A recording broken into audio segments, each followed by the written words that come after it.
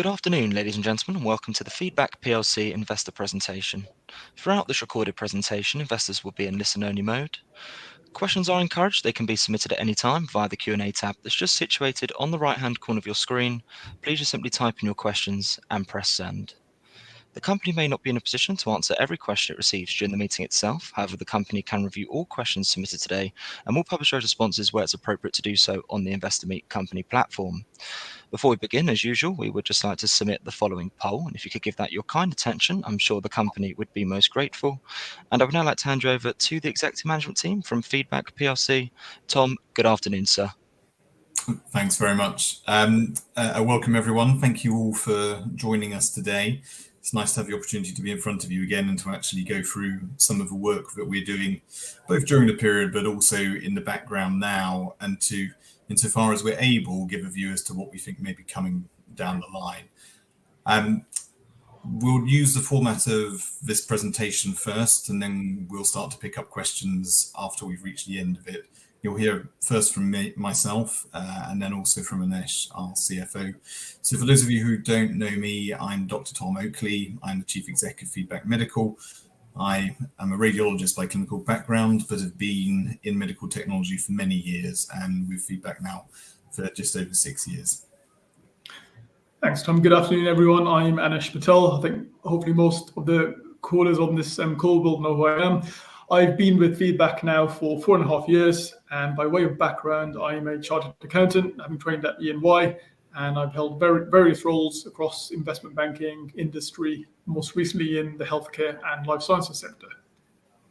Thanks, Anesh. So diving straight into it, firstly, some of the highlights from the period, just to showcase some of the amazing things that were achieved, particularly around the NHS during this period. So we were able to actually initially get the £495,000 contract award from Queen Victoria Hospital, positioning Bleeper essentially as a digital infrastructure to allow them to run these connected pathways between the GP, the diagnostic setting of their community diagnostic centre, and then the specialist teams at Queen Victoria. We have been increasingly positioning Bleeper as an infrastructure tool for connecting across provider systems. For those of us that have been with the company for some time, you'll remember that initially we positioned Bleeper as a collaboration platform within a hospital ecosystem, and then increasingly started to think about how we could extend that reach into both the community, but then also across into primary care and diagnostics. And that led us to this cross-provider piece that, again, was funded in the period with Queen Victoria Hospital. And that's really allowed us to essentially use Bleeper to hold a patient outside of the hospital environment, but also outside of the primary care environment, and to then completely redesign the care pathway for the patient. We'll give a bit more detail subsequently, but the impact data that this has generated has been astounding. A 92% reduction in hospital appointments and a 63% reduction in wait times. And for those, again, who have been following the company, this was actually picked up in Wes Streeting, the Secretary of State's and the Department of Health's press release from about 3 weeks ago, where they actually referenced Queen Victoria Hospital and our programme there as a showcase of what they see as the future of diagnostics and elective recovery, which is quite a good indication of the impact that we're having and the fact that the conversations that we're having centrally are beginning to pick up that sort of traction. During the period, we were also awarded some further funding for pathways, a pathway pilot at the Northern Care Alliance and also in Buckinghamshire, Oxfordshire and Berkshire ICP. And this was to look to see whether we could actually deliver the pathways that we had delivered at QVH, but in other care settings. And that was initially just funded as a one-off payment from NHS England to essentially test whether we could do that. We'll provide some further clarity on that as we come through the presentation. We've been building up our sort of conversational base, both during the period and to now, looking at how we can target the more regional care bodies, so integrated care boards, and of course then the central national team. And that was on a backdrop of changes in the landscape where trusts were just not empowered to deal with a sort of cross-provider collaborative piece, and that was increasingly part of the portfolio of integrated care boards. And so we have been building up our sort of stakeholder engagement, both with the ICBs and with the national team. During the period, we also signed an MOU with one of the UK's largest provider of primary care services. We have not and are still not able to use their name, but there has been some progress on the back of that. And again, I'll provide an update of that in a few slides' time. Also, during the period, we were nominated and then successfully awarded the HSJ Partnership Award as being essentially the best collaborator around clinical service redesign. And this was again a reflection of the work we've been doing at Queen Victoria Hospital and recognition of the fact that the transformation we've delivered has had an astounding impact on the care delivery provided by that organisation and ultimately eventually onto the waitlist within that area. We've also been focusing getting our technology ready for how we might scale it. In the event that the NHS does really get its arms around this and take it forwards, we need to be prepared to scale. And part of that has been an investment in us being able to integrate with core NHS systems. So there are a couple of systems that the NHS provides from itself to all of the GP practices and all of the hospitals across the country. And so we have gone through essentially an integration program with the national systems so that we can utilize those within Bleeper. So specifically the e-referral service, or also known as ERS, this is how GPs refer in to hospitals for outpatient services. It was essential that we would be able to take a stream of that within Bleeper if we are going to position this as a potentially national or at-scale solution. And then also for feeding information back into the GP setting through an interface called GP Connect and Mesh, which is a vast improvement on the alternative, which is essentially emailing information back to the GP. And so this is a relatively evolving infrastructure that the NHS is developing, and we are one of the first partners to have actually successfully integrated through GP Connect and Mesh into the primary care system. And that allows us to offer us a sort of closed loop interface where we can receive a referral, process a patient, and pass the information back to the GP. And because it's a national infrastructure, we can do that essentially with any GP practice across the UK, which is an astounding step forward in terms of scale, because it means we can do primary care almost immediately. So then our focus is purely on the hospital partners as we go region by region. And lastly, just to mention, we've also looked at how we could broaden some of the feature set within Bleeper to better meet the needs of frontline clinicians. And we formed a collaboration with Vertex in Healthcare, which is a South African-based medical software company, to bring in some of their product suite within Bleeper, including an image viewer called MedDream, which is really designed for radiology use. The image viewer within Bleeper is designed for frontline clinicians. It shows you a very simple view of the patient. The MedDream viewer allows you to reformat the image and create 3D views that allow you to actually more accurately diagnose and also to plan for surgery. So it is a much more complex viewer than the one we provide within Bleeper. And we are able to offer that as an additional component to Bleeper that they can purchase as an additional license package where they want to use Bleeper for direct radiology reporting or for more complex surgical and procedural work. So that's a summary of what was delivered in the year. If I move forwards now to the financial slides, and Anesh, I'll let you talk these through. Thanks, Tom. So these are the key financials for the 12 months ended 31st of May 2025. So revenue was reported as £0.89 million, and that was down 25% on the prior year, mostly because the prior year included some non-recurring revenue, mostly the CDC pilots of 300k, and there were some one-off software development fees charged to our partner Image Engineering in the US of around 64k. This drop was offset by QVH, Queen Victoria Hospital, converting to a full contract at a higher contract value of 495k, which had a positive 40k impact on revenue. And also we had inflationary increases on our existing clients, and Bleeper contributed 90% of that revenue figure there. Sales in 2025 were also £0.89 million, Sales is different to revenue. It's non-IFRS. It's the total value of customer contracts that are billed in the year, as opposed to revenue, which is subject to adjustments depending on timing of when the contract was signed. So we typically bill for the full annual contract value up front, and recognize the revenue monthly across the life of the customer contract. Most of the sales, the £0.89 million, they came from renewals from long-standing Bleeper customers who have a track record of renewing each year with inflationary uplifts.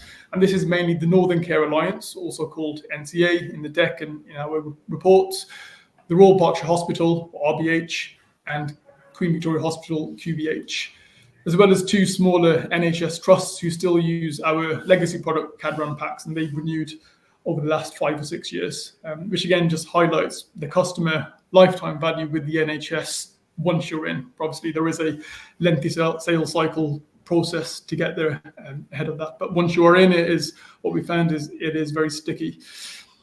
In terms of EBITDA loss, we reported £3.06 million in EBITDA loss, which was 12% higher than the prior year, and that's driven by the fall in revenue, some modest increase in staff costs driven by headcount expansion and cost of living salary increases, as well as non-cash charges being higher. And this was mostly share-based payments, which included a one-off accelerated charge of around 70k on share options, which were surrendered in the year. And again, that was non-cash. These negative items, I suppose, were offset by lower spend on discretionary marketing activities and other costs, particularly in H1, as we took steps to really reduce the cash burn ahead of visibility on the fundraise, which completed successfully at the end of November, and that raised 6.1 million gross, 5.6 million pounds net. And with the fundraise, we being successful and raising the 5.6 million in November, we've ended 2025 with 5.95 million pounds of cash as at the 31st of May. Backing the fundraise out, so adjusting for the financing cash flows, the pre-financing cash flow net was 3.54 million pounds in 2025, and that equates to an average monthly net burn rate of around 295k per month, which is broadly similar to the burn rate as at H1. Since the year end, as we've discussed and highlighted in the final results RNS, given the ongoing organisational changes and the challenges with the NHS leading to a delay in contracting, we have taken further steps to reduce our costs post-period, primarily reducing our software development team, which is outsourced, and pausing activities in India until we've got better visibility of commercial contracts, and this is likely a temporary measure, and also identifying future cost savings. And altogether, we have confidence that our runway extends to early calendar year 2027, even in a downside scenario, which assumes that only the existing customers renew and that we don't get any further additional new customers. So taking these steps, it gives the company more time to develop the opportunities that we're progressing and that we'll talk to in this deck, with sufficient cash through to early 2027. Tom, that probably leads on to the next slides, but we'll talk about the opportunities. Yeah, perfect.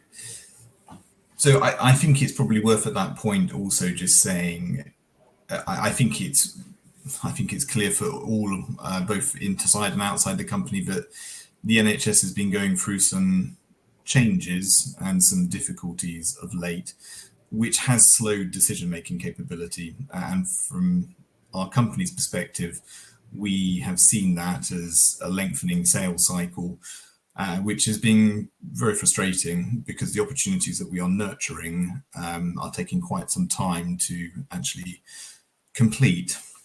That said, I think that in the background we are making good progress on them. And so, as Anesh has mentioned, we have taken steps now to actually reduce our burn rate so that we can wait out those decisions as part of the NHS funding cycle. And again, we'll give a bit of flavour of that in a few slides' time. But I think it is worth speaking about that now, just to say that we are proactively managing that and are aware of it. But we do believe that we have a pretty exciting opportunity ahead, and therefore it is worth us waiting that out. And so we will come to those hopefully in a few slides' time. I wanted to spend a bit of time just really clarifying the value proposition of what we are delivering into the NHS and why it's important and why we think that is going to create a market opportunity for us. The way that healthcare is delivered in the UK hasn't really changed since the 1940s. You will go to see a GP who then refers you to a specialist who then arranges some tests and then sees you with the results. That is not a model that scales, and it's quite an expensive model to deliver. What we have enabled with Bleeper is, by lifting a patient out of a care environment, we've allowed the NHS to think differently about how they would deliver that service. And what we have observed, and what the NHS partners that we have been working with have observed, is that in the traditional model, the initial outpatient appointment very rarely changes the tests that are requested. And so actually it makes sense if you just went straight to the tests. So you present to your GP with certain symptoms, you therefore get a particular bundle of tests, and then a specialist can come in and they can review those test results, and 9 times out of 10, they can actually make a management decision for you without needing to see you. And as a result of that, we have moved from the traditional 1940s model to what we would then call a diagnostic first asynchronous model, where the asynchronous is actually about how a clinician remotely comes in and reviews those results. And asynchronous working can be just one specialist, or it can be multiple specialists, which is an added advantage of this approach, because sometimes you're referred to a particular specialty and it turns out it's actually a different specialty that needs to see you. With the Bleeper model, that additional specialty can just be brought in and you can have a dynamic discussion, an asynchronous discussion around your information. And that allows you to be definitively managed in one go, rather than having to be referred back to the GP and re-referred to another specialist. So this is a really streamlined and optimized clinical journey. And it aligns to a number of key areas of UK government policy. For those who follow the NHS and the sort of press releases coming out around it, you will have heard Wes Streeting, the Secretary of State, talking about a leftward shift. So we start to deliver more care in the community outside of the hospital. You will have heard also of this move towards prevention away from treatment, and this move from analog into digital. And Bleeper essentially underpins each 3 of those big shifts. You'll also have heard Keir Starmer saying that amongst his 6 priority missions is the eradication of the NHS wait list. And that is essentially what the NHS calls its elective recovery programme. And that is the core programme in which we are now focusing as the business. And that is primarily because that is the only area of the NHS that is getting considerable attention and spend at this current environment, because it is the government's number 1 priority for healthcare. So our focus is very much into that space. We've mentioned also that we have done some work on the product to improve the integrations into the NHS's own ecosystem to make it both more native and scalable. And we have also embarked on a series of partnerships, which we'll go into more detail in a minute. But particularly that partnership with the primary care provider is very strategic, because it has allowed us to also bring into Bleeper a live view of the GP record, which means that when a consultant logs into the patient on Bleeper, not only are they seeing all of the diagnostic tests that they would need to see, but they can actually see all of the additional clinical information that your GP holds on you, which means they can make a much more informed and much more comprehensive decision about your care than they would otherwise have been able to. And I think that is the real secret as to why we are able to avoid 92% of hospital appointments, is because what would have been facilitated via a sort of history, a medical history and a clinical discussion, is actually accessible to them via the GP record. And so all of these changes together position us to scale into the NHS opportunity around elective recovery once we can get the NHS ecosystem locked in around it and deciding to move forwards. So I asked for this slide to be put in because I wanted to give a bit more granularity about what it is we are working on at the minute, what we consider to be the sort of key streams of the business, where those key streams are, and what we think the next steps look like, and to have a fairly honest discussion about some of the challenges that we have faced and some of which we have overcome and some of which we're still overcoming. So again, for those who have been following the NHS, you will be aware that the Secretary of State decided to fold NHS England into the Department of Health, and therefore achieve a 50% staff reduction in NHS England, and that 50% extension of cutting extended into the ICBs. So all of the central and regional decision-making capability has essentially been cut in half. That is an ongoing process because that restructuring has not actually been funded, and therefore those redundancies that were planned have not been able to take place in a majority of settings, which means that there are a lot of people in the NHS who are uncertain about whether they have a job or not, which has had an impact then on decision making. So we looked at this and we took the view that although we were having very good conversations at a number of ICBs, the regional health bodies, actually the opportunity to really move something forwards in the timeframes that we need to as a business, and that actually the country needs to on behalf of patients, was to actually get a centralized decision around Bleeper with central cut through that would allow it to be scaled at pace and to essentially be centrally purchased and then rolled out to the system. So although we continue our ICB focused conversations, we have spent a lot of time and resource actually engaging directly with Central NHS England, Department of Health and the Office of the Secretary of State. As part of that process earlier in the year, we published all of our outcome data from Queen Victoria Hospital, which fundamentally addresses that elective recovery problem. So the reduction in hospital appointments, 92%, reduction in wait times by 63%, and also the fact that you can, by working asynchronously, see about 5 times the number of patients that you would have done in the same time. So it means that the NHS workforce can see more patients with the time available. All of those are key triggers for the national team, and it opened up a dialogue with them. And so that dialogue is ongoing. We, and I think we've indicated previously, we were asked to participate and submit a business case as part of the spending review, which happened earlier in the year, and that is for a potential national programme for Bleeper. That is still working its way through the spending review process. The capital allocations coming off the back of that have not been confirmed, and we still think will be a couple of months before those are confirmed. In the event that the business case submission was successful, we then have to work out with the national team whether they do then want to move forwards with a national programme for Bleeper, what that would look like, how that might be procured, what sort of commercial arrangement that would then require. But the spending review money outlines the funding available for the next 3 years and will come into force from April of next year with the new NHS financial year. So we're looking at a decision somewhere in that sort of time frame, so between now and the end of March, by which point we would then have to implement a programme if it was to occur. So I can't say more than we are having regular dialogue and exchange, and that we're working very closely with the national team.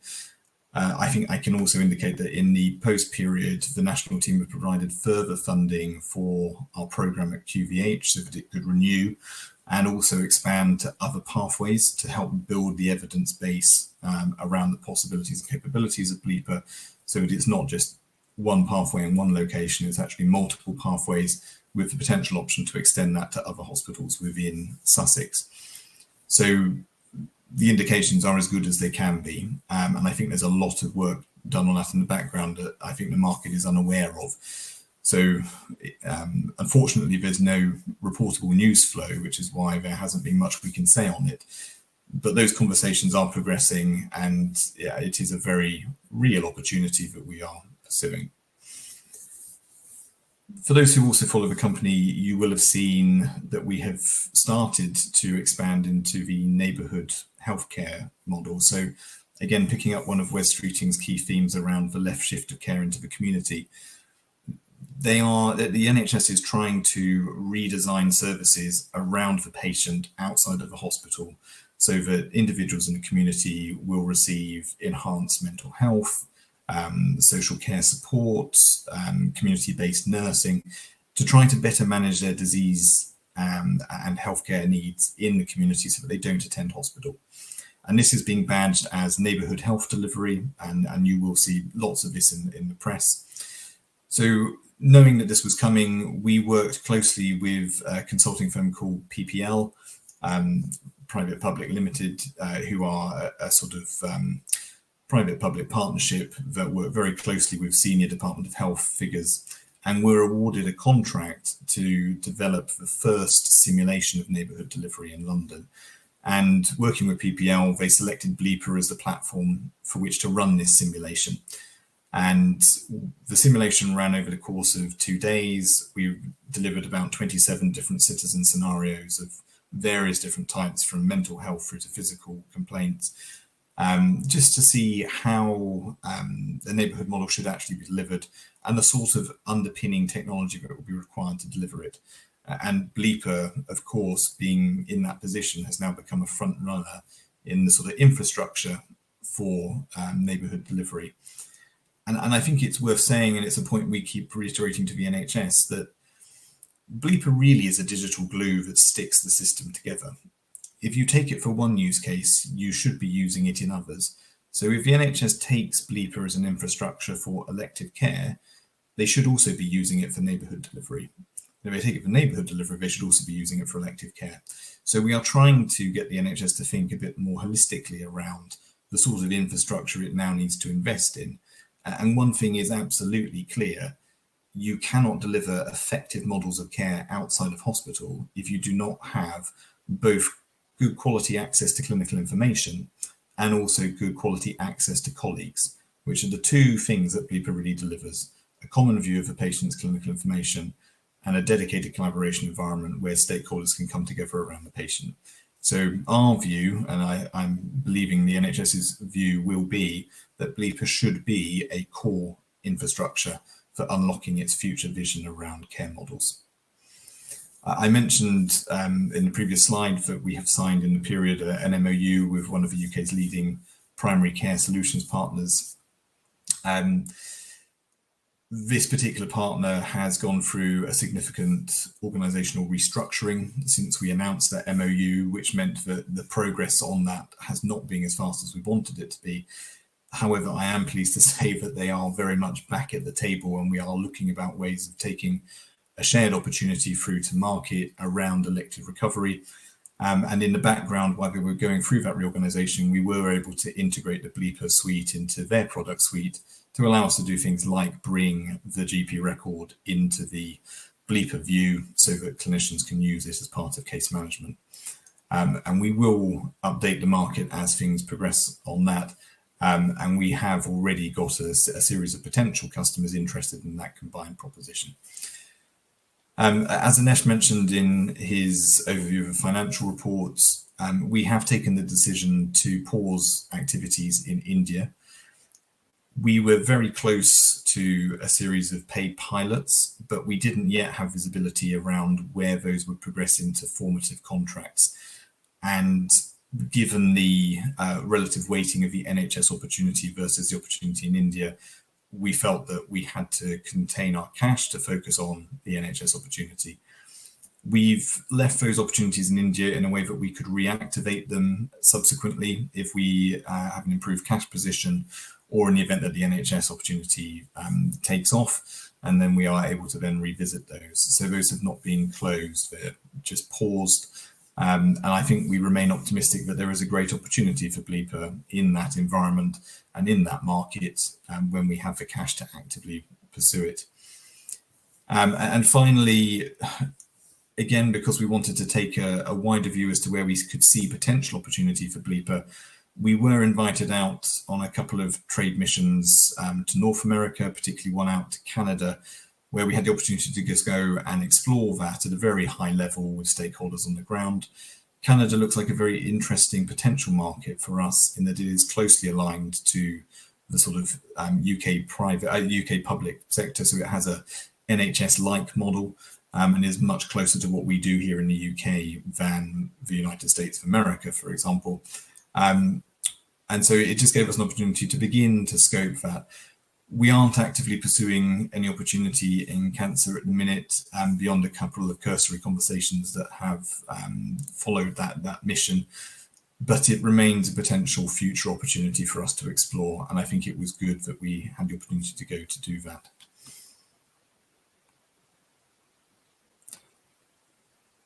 I wanted to spend a little bit of time just giving a bit of the broader context for those who are not close followers of the NHS and those who are not close followers of our company. So forgive me for those who are aware and who do follow the company closely.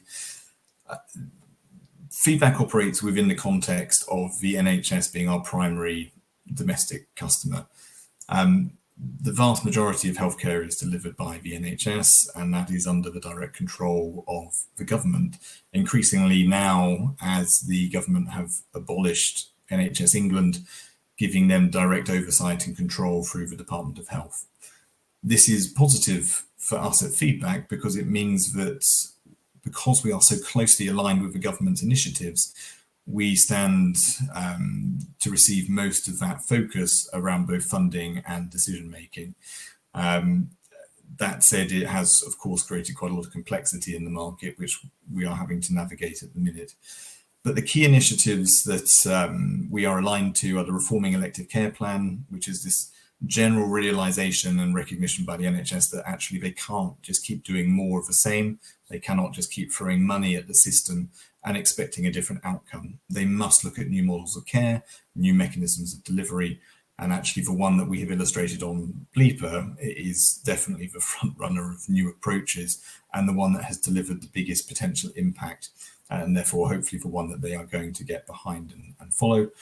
The Darcy report, which was actually one of the earlier reports that was done by the new administration, that essentially said that the NHS is broken, and again that the current model needs to change, that there needs to be increased focus on neighbourhood delivery and out of hospital delivery, which again is fulfilled by Bleeper.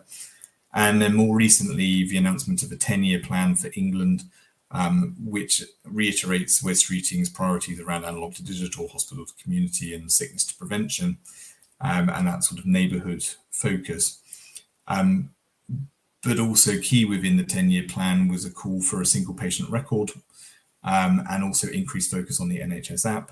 And arguably, the infrastructure that Bleeper provides that single patient record and provides that single patient view as an underlying infrastructure for multiple types of care delivery.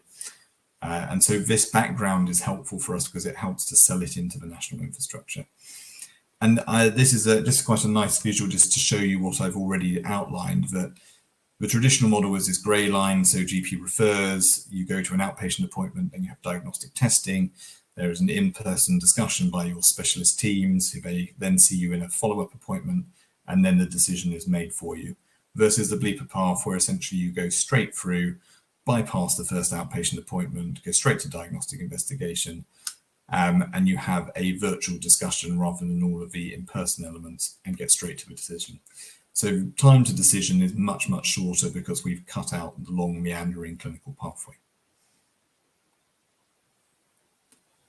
I won't dwell on this slide. This is really just to show that even by ICS, we have a large opportunity.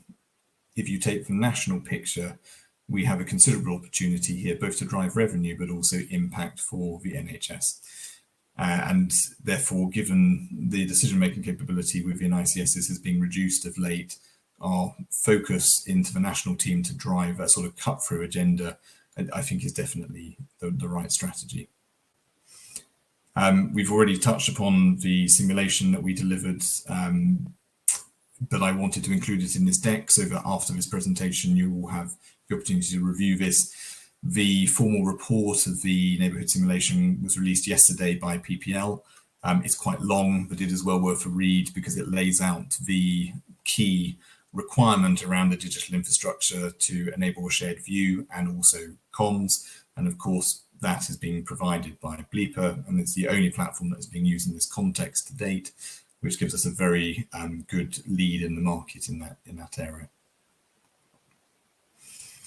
And lastly, just a couple of our commercial partnerships that we have been working on.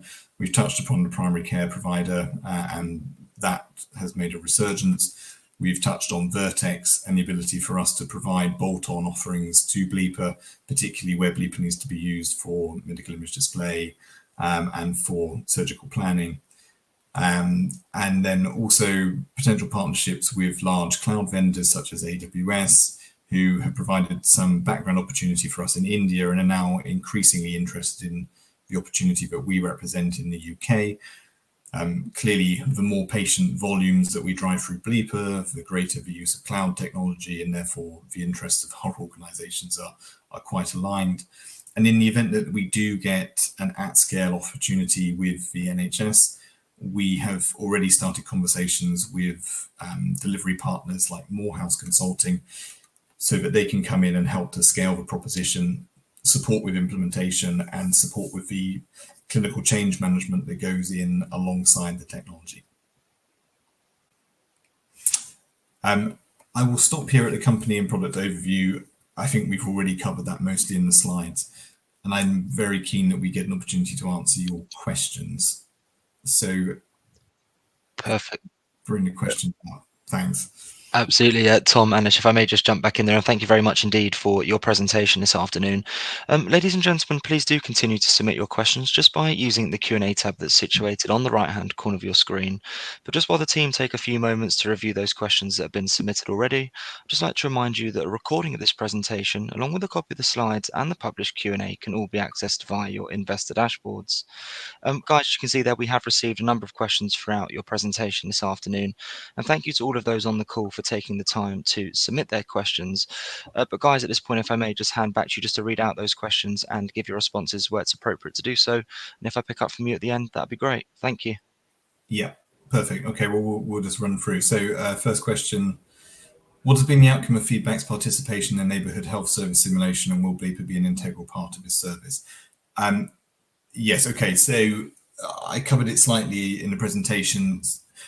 So we've done the first simulation. The report came out yesterday. It has stimulated conversations with central NHS stakeholders. The neighbourhood programme is still in the early stages.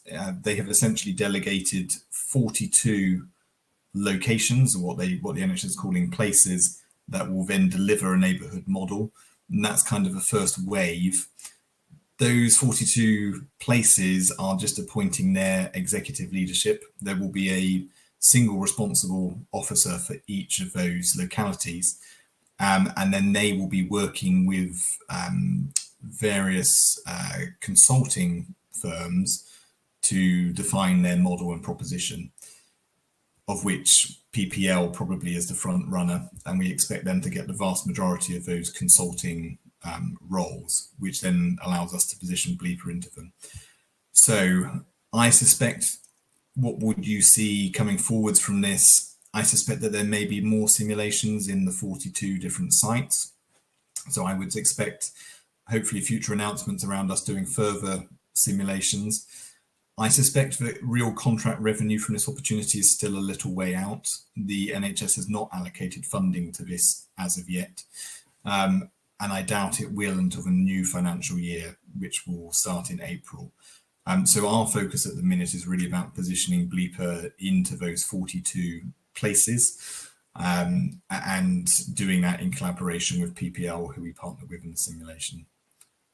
So it is a big opportunity, but it is one that I think is further out, and we are just taking a slightly longer strategic view at that. Will there be any commercial developments from Feedback's collaboration agreement with a provider of primary care solutions as announced a year ago? Yes, we think that there will be. As I mentioned, they have gone through a reorganization, which has definitely delayed the sort of commercial progress we were hoping for. We've done a lot of technical product integration in the background so that our product suites are aligned. And we are now talking about go-to-market strategy with them, and we already have some early customer engagement opportunities. So I think we will see movement on that, and I'm hoping that will be relatively soon. So yes, that has now picked up again. How is the CDC pathway pilot at the Northern Care Alliance NHS Foundation Trust site in Oldham progressing, and is this likely to lead to a CDC contract? Yes, so we mentioned during the presentation that NHS England had funded a series of pathway pilots, and that had happened at the Northern Care Alliance and then also at Amersham in Bob ICS. This was always one-off funding. We thought at the time it would lead into either renewal of NHS England funding or into a direct contract. The reality is that the individual trusts in question don't have the budget to take on a contract for this.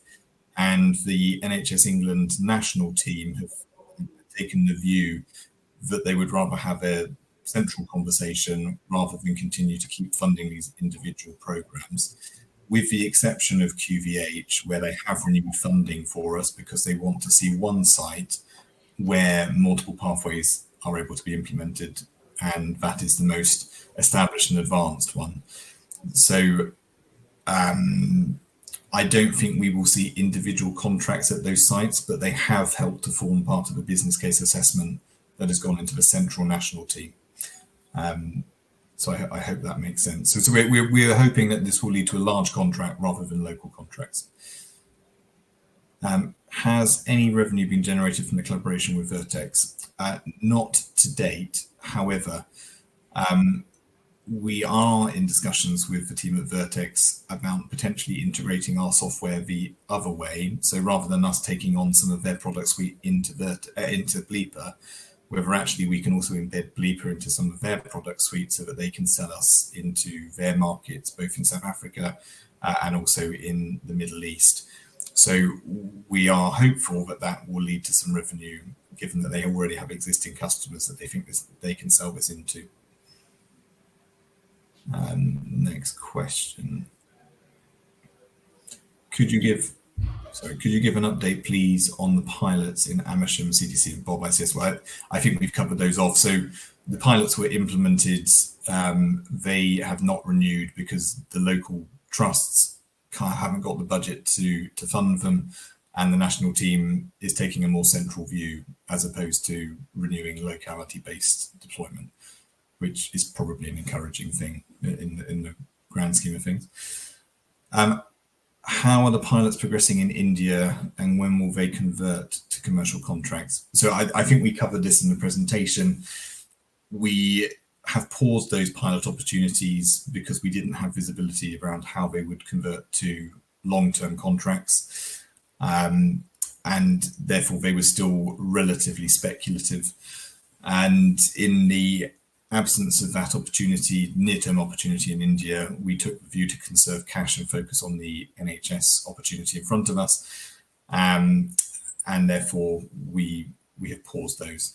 They are left at a stage where we could reactivate them. And we do believe that there is still a very good opportunity for Bleeper in that market, but it's going to take longer and more cash than we originally thought it would. And so at this point, it makes sense to pause those. Okay. Your technology clearly makes a difference. You have case studies that prove the value. You have clinical and political support for wider adoption. So why is it such a struggle to gain that wider adoption? Yes, that's a question from Frank. It's a good question. The answer is it is a complicated sales cycle with multiple stakeholders. The system is set up in such a way that it's designed to say no. So you have to win the hearts and minds of every stakeholder in that decision chain. Otherwise, a single dissenting voice can stop it from landing. So it's not as simple as having one individual make a decision. There's typically somewhere in the order of about 30 to 40 stakeholders in a decision like this. And it is a complex sale. And as you go up the tree into the central NHS, the number of touch points and stakeholders gets larger. And so we have to navigate that. And we are navigating that in the context where now most of the people we're talking to have job uncertainty. And I think it's understandable that sometimes leads to slower decisions. That said, the NHS are going to have to make some decisions about this within that sort of time frame that we outlined, because the spending review money that is being processed currently will land in the system from April, and that will define the spend opportunity for the next 3 years for the NHS. And it won't have slipped anyone's attention that, of course, that's linked into a political cycle as well, which will culminate in another general election, and Labour will want to be able to illustrate impact on elective recovery.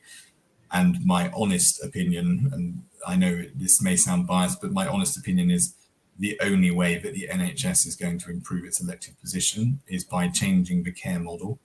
And to do that, it will require an underlying digital infrastructure to do that. And Bleeper is the only tool that will allow them to adopt that straight to diagnostic asynchronous approach across multiple pathways and multiple geographies, certainly in the time frame that they are looking to achieve this. And therefore, if they are serious about elective recovery, they really do need to make the decision about whether they're going to take our technology or not. And they will not achieve it without it. I hope that answers your question. Michael, beyond NHS contracts, are there plans to pursue international opportunities to private sector healthcare markets to accelerate revenue growth? Yes, so I think we've outlined this again in the presentation. We're given the cash constraints of the business, we have to rationalize which opportunities we pursue and where we try to spend the money. Again, we've taken the decision in India to pause that for exactly that reason. We have gone out to Canada to scope that market at a high level. We have previously historically gone out to the Middle East as part of Arab Health. So we have looked at international markets to try to gauge our product market fit. We have scoped market entry into most of those markets. And we have plans for most of those markets, should we be in a position where we have the cash to activate them.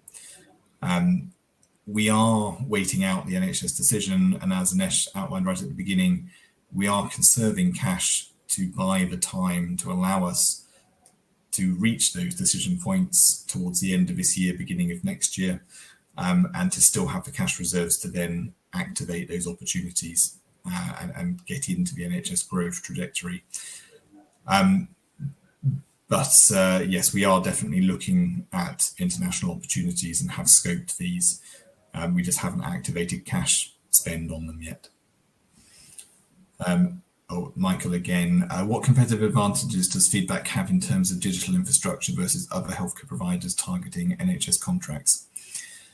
Yeah, it's a really good question. So essentially, who's the competition? So there are competitors to Bleeper that do bits of what we do. So there are other providers out there that have chat-based products. There are other competitors out there that do imaging. There are other competitors that do data and analysis, and there are other competitors that do integration.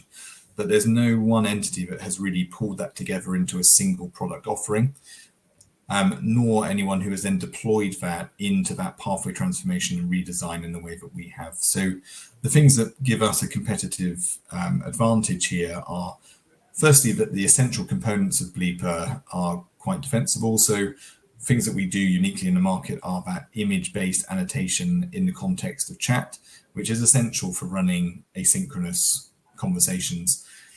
It's not enough just to be able to see an image and read a report. If you're having a dynamic exchange that's going to replace an in-person exchange, you need to be able to highlight things in an image and then link it to a question, and then link that question to a response.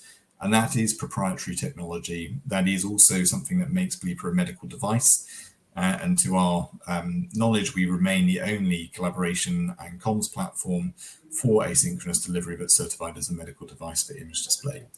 And that is quite a high barrier to entry. But then there's also all the other work that we've done in this year around that interfacing between the primary care systems and Bleeper. So again, that asynchronous platform that is plugged in natively to every GP practice in the country, that is something that is unique to us. We also have within our product suite this dashboard capability that allows us to track patients as they go through care journeys. And again, the way that we have designed that dashboard allows you to go from a dashboard view directly to patient level insights. And that again is unique. To be able to give a regional and national team a view of where any patient is at any time across any care pathway is a unique proposition to Bleeper. And so these in combination just add to that competitive advantage, and that's why we are confident in that position. But there, if you look online, you will see other companies that are making claims around this space. You will see other companies that are that do have functionality in some of those verticals, but no one has stitched that together. And without that stitching together, you don't have a comprehensive platform. You don't have something that could scale to deliver the impact. And most importantly of all, we're the only company that has demonstrated a 92% reduction in outpatient appointments and a 63% reduction in wait times as a result of implementing our technology and servicing the clinical redesign on top of it. And so that is quite a high barrier for someone to come in and do. Okay, next question. The results mention that enhanced competitor analysis has been conducted during this period. Has the competitive landscape changed significantly? I mean, we've essentially just covered that. Interestingly, the landscape hasn't really changed. And in fact, if anything, has changed slightly in our favor. I mean, as we've alluded to, this is a very difficult trading environment, and a lot of medical technology companies have struggled during this period. And the closest competitor that we had actually, unfortunately, went into administration during this period. And although they had a good technology, it wasn't that close to Bleeper, but it was the next closest thing. And in fact, we have seen a plethora of companies that have gone that way. The reason we don't think we'll go that way is, one, because we have such a good cash position, and two, because we really are in the crosshairs of the NHS central discussion and tied to every single core value proposition that the government and the national body are asking for. And of course, the only company that has that sort of evidence base around it. So, so the competitive landscape hasn't changed, other than the fact that some of our potential competitors have actually fallen away. Okay. Shall I take the next couple of questions, Tom? Yes, give me a break. It's a question from Liam. No company ever uses the whole runway. When do you plan to raise new funds? In what form? So we have no plans to raise funds at this moment in time. The runway to early 2027 is based on a downside scenario. I should probably just emphasize that. So this assumes that only existing customers renew, and we manage costs on that basis to extend the runway. We're working to more optimistic scenarios, and we've talked a lot about what's been going on at the national level and with individual ICBs, and we are hoping still, once this period of uncertainty with the NHS diminishes, to land contracts. We don't have any plans to raise funds yet. We are planning for the downside, but that takes us through to early 2027 in terms of cash. There's no immediate plans to raise funds. And hopefully that answers Paul G's question, which is, with current cash burn and new contracts, when will another placing be necessary? I think hopefully that has just been answered. The next question from Liam: have you terminated Rohit Singh's contract? So Rohit is the resident Indian director of the Indian entity, and we've reduced the contract, but we need to retain resident directorship services from a local resident Indian person, and we've retained Rohit for that. And we'll take an ongoing view on what happens with India, but we've cut costs to the bone, to the bare minimal in India. I think we could probably say yes. Rohit is no longer an employee, but has become just essentially a resident director on a standing basis while the company is paused. Yeah. And then if we reactivate, we will take a view. Exactly. Do you want to take the next question, Tom, on I would also just say, I think Rohit actually has done a relatively good job at nurturing some of his opportunities. I think there is a view that India is faster, but actually it's really not. It's still a complex ecosystem. The decision-making process is different to the NHS. Decisions in the NHS are done by committee, as we've outlined. Decisions in India are usually taken by an individual who's senior in an organisation, but getting to that stakeholder is often very challenging and very involved, and takes quite a lot of time. And people underneath that decision maker just will not make those decisions. So it has taken a long time to get to those decision makers, hence why we're only just at the point of piloting. But we've taken the view that those opportunities are still too far out, and that's why we're pausing. Yeah. I'm sorry, what was the next one? Lanarkshire. How do trusts continue to use WhatsApp? So I think this is in relation to the ICO's ruling against NHS Lanarkshire and their use of WhatsApp.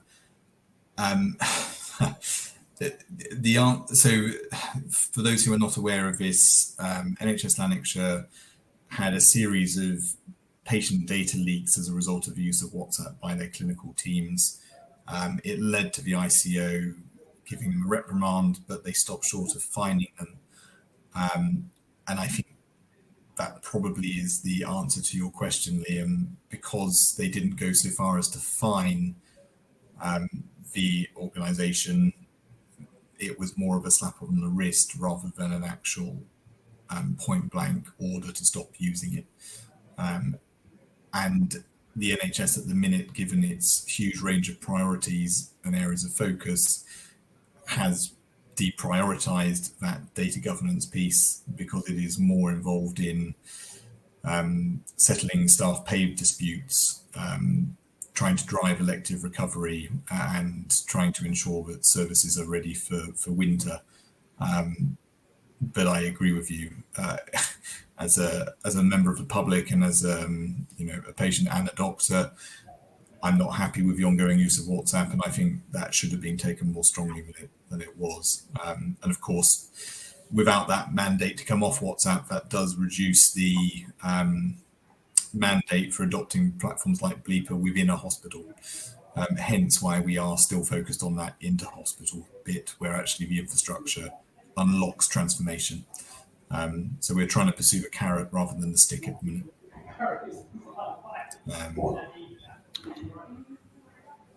Did you, in hindsight, ramp up the business too soon, given all the inefficiency in the NHS you would have been aware of? Hindsight is a very difficult thing on this. The things that have set us back and delayed decision making couldn't really have been anticipated in advance. We could never have anticipated that Wes Streeting was going to abolish NHS England and wipe out half of the staff base of ICSs. We also couldn't have called the general election that led to the election of a Labour government, which, for those who were following the company, you will remember we had just unlocked a brand new funding mechanism that would have led to a national rollout of Bleeper called ERF. And then within a month or so of that, they called the general election, new government, that programme completely collapsed and our opportunity disappeared. So we've had a number of false starts where we've got all the way right to the top, and then the top has changed and that has set us back. And I think it would be fair to say that the extent of the NHS financial challenge and operational challenge has been worsened by the staff strikes, which again weren't anticipated. In fact, a lot of the staff settlements were paid for out of digital pots of money. Hundreds of millions of pounds have been diverted away from digital spend to meet those increased staff salaries, which leaves digital initiatives such as ourselves somewhat sidelined, unfortunately. But yes, if we'd known what we know now, I think we still had to spend the money that we spent to prove the proposition. We still had to develop the platform to its current level of capability in order to fulfill the opportunity for a national deployment. But yes, it is unfortunate that those events have occurred, and they have definitely delayed and slowed our opportunity. Luckily, we are capitalized well enough to wait that out. The critical decision has to have occurred by early of next year, in which case we will take a view depending on what the NHS decides to do. I think we're just about to get timed out. Okay, we've got time for the one last question, I think. So what happened to the military opportunity? That's from Liam. Essentially, the procurement we were waiting for has still not happened. So the military was running a program called Project Cortisone, and that was about developing the digital infrastructure for the armed forces. That was due to have come out 18 months ago, and it has not. And until it does, there isn't an opportunity for us to procure for the opportunity. So we're still watching and waiting. And the moment that that is published, then we will definitely be looking to participate, because we have such a good value proposition into that space, particularly our ability to push information from remote sites and to connect the care team around the patient. So yeah, we maintain the view that that's a really interesting market opportunity for us, but because it is confined to procurement, we don't have the opportunity to bid for it until that procurement comes up for tender. And I think we've probably run out of time, Les, but we can pick up the other questions. Yeah. Absolutely, Tom, Anish, if I may just jump back in there. Thank you very much indeed for addressing all of those questions that came in for investors this afternoon. And we will, of course, give you back all of the questions as well as any further ones if they come through as well after the presentation, just for you to review. But Tom, perhaps before really now just looking to redirect those on the call to provide you with their feedback, which I know is particularly important to yourself and the company, if I could please just ask you for a few closing comments just to wrap up with, that'd be great. Yeah, thank you. So I think I'd like to be clear that we as a company share your frustrations at the lack of pace of contracts. It has been a very difficult and frustrating trading environment with the NHS certainly for the last 2 and a bit years. We have had a number of opportunities that have not gone our way. That said, we have never had a better value proposition, a better integration piece around the product. We've never been more ready to scale than we are now. And I can safely say we have also never had that level of senior national engagement that we do at this current time. So we remain confident that we have an incredible opportunity here in the UK. We have taken steps to conserve our cash so that we can wait out that opportunity and to allow it to mature. That opportunity needs to mature ahead of the end of the NHS financial year, which is March. And so we will know within that sort of time frame whether the NHS is going to move on Bleeper or not. And so we will continue to wait that out. We will continue to work in the background. We will continue to look at other opportunities to diversify outside of the NHS while we wait. But given the cash constraints of the company, we do have to follow our instincts and lean into this NHS opportunity, which is what we have done, because it remains the most viable route to market in the event that it is successful. So please keep watching this space. Please bear with us. We are in a bit of a holding pattern at the minute, but we are continuing to progress in the background, and we will not let this opportunity slip away from us. Perfect. That's great, Tom. Thank you once again for updating investors this afternoon. Could I please ask investors not to close this session, as you'll now be automatically redirected for the opportunity to provide your feedback in order that the management team can really better understand your views and expectations. This will only take a few moments to complete, but I'm sure will be greatly valued by the company. On behalf of the management team of Feedback PLC, we would like to thank you for attending today's presentation. That now concludes today's session, so good afternoon to you all. Thank you. Thank you.